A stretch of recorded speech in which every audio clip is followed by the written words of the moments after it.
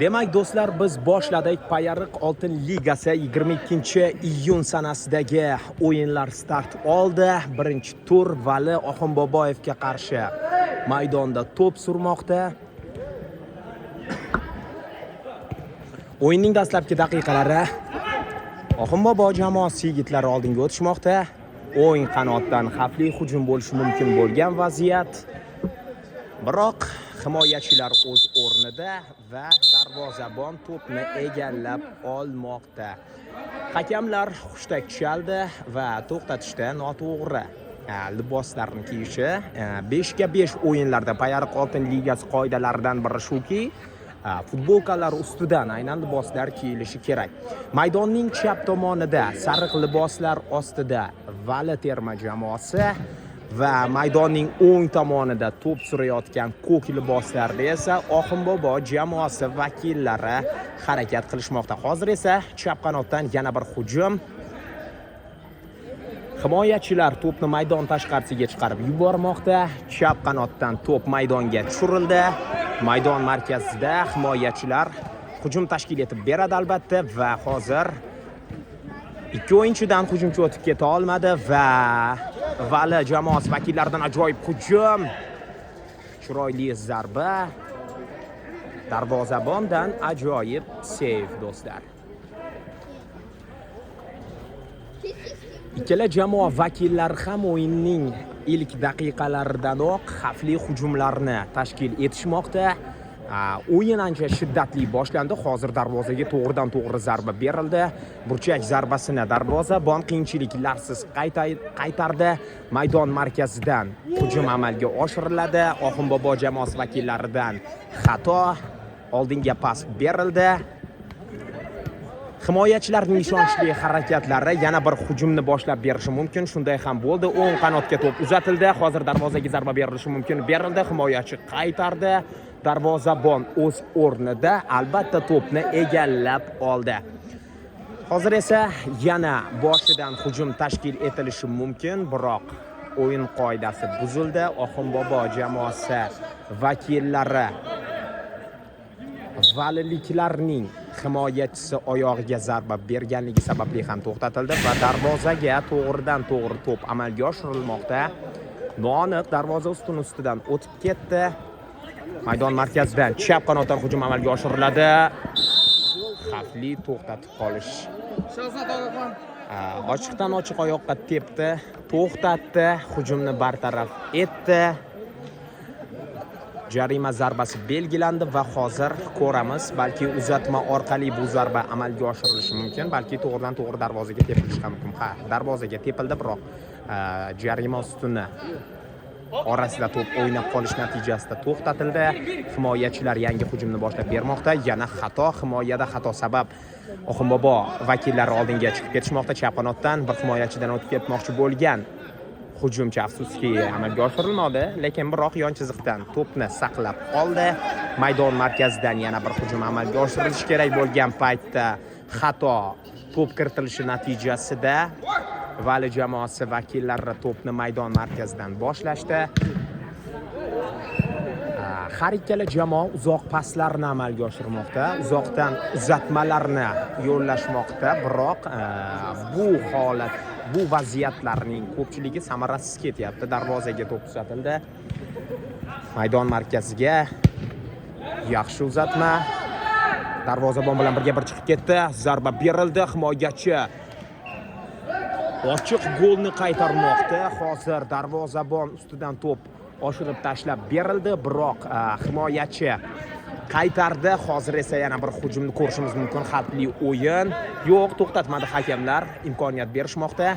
O'yin davom etadi va yon chiziqdan to'p maydonga tashlanadi. Valiliklar yana oldinga uzatmani amalga oshirdi, biroq darvozabon o'z joyida.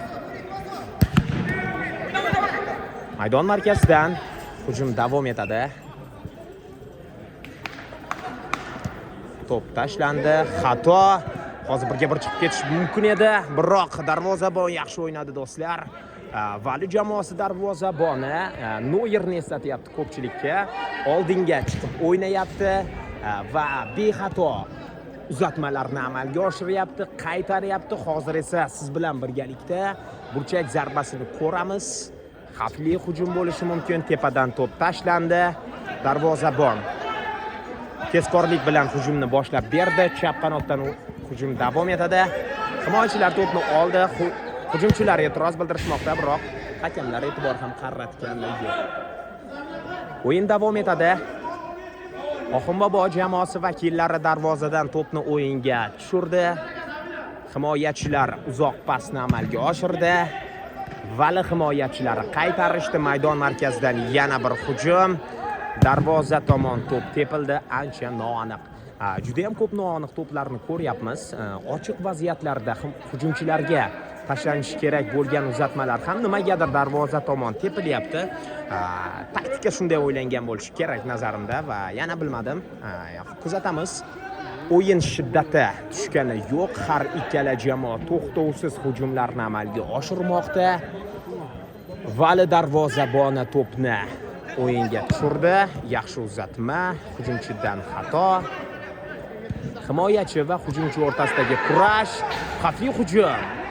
Shundoqqina darvoza ustuni yonidan o'tib ketmoqda. Chap oyoqda to'p tepildi.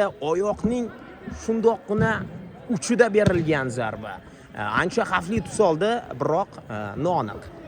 Hozir esa yon chiziqdan Oxunbobo jamoasi vakillari to'pni maydonga tushiradi. Darvozabongacha to'p yetib bordi. Vaziyatni birgalikda kuzatamiz. Maydon markazidan chap qanotdan hujum boshlandi. Oxunbobo jamoasi vakillari hujumda xato, yana ortga va yana bir hujum ko'rishimiz mumkin. Jarima zarbasi belgilanmoqda, do'stlar.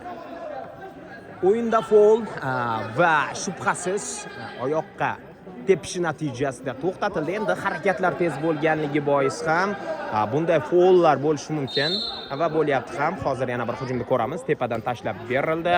Darvozabon to'pni qaytardi. Himoyachilar ishonchli harakat qildi. Hozir esa chap qanotga uzoq olis burchakka berilgan uzatmaga hujumchi yetib bora olmadi. Oxunbobo vakillari himoyadan yana hujum boshlashadi. Hozir ko'ramiz. Oldinga berilgan to'p maydon markazida to'xtatildi. Hozir esa kurash davom etadi.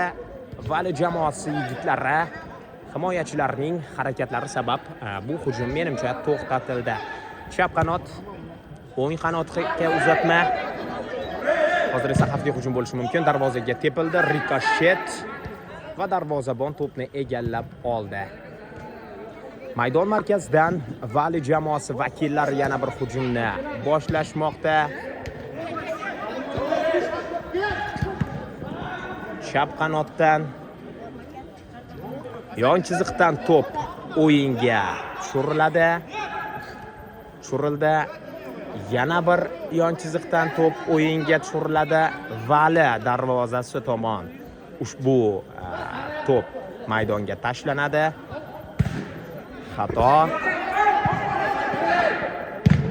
Darvozabon to'pni ikkilanmasdan oldinga qattiq zarba bilan tepib yubormoqda.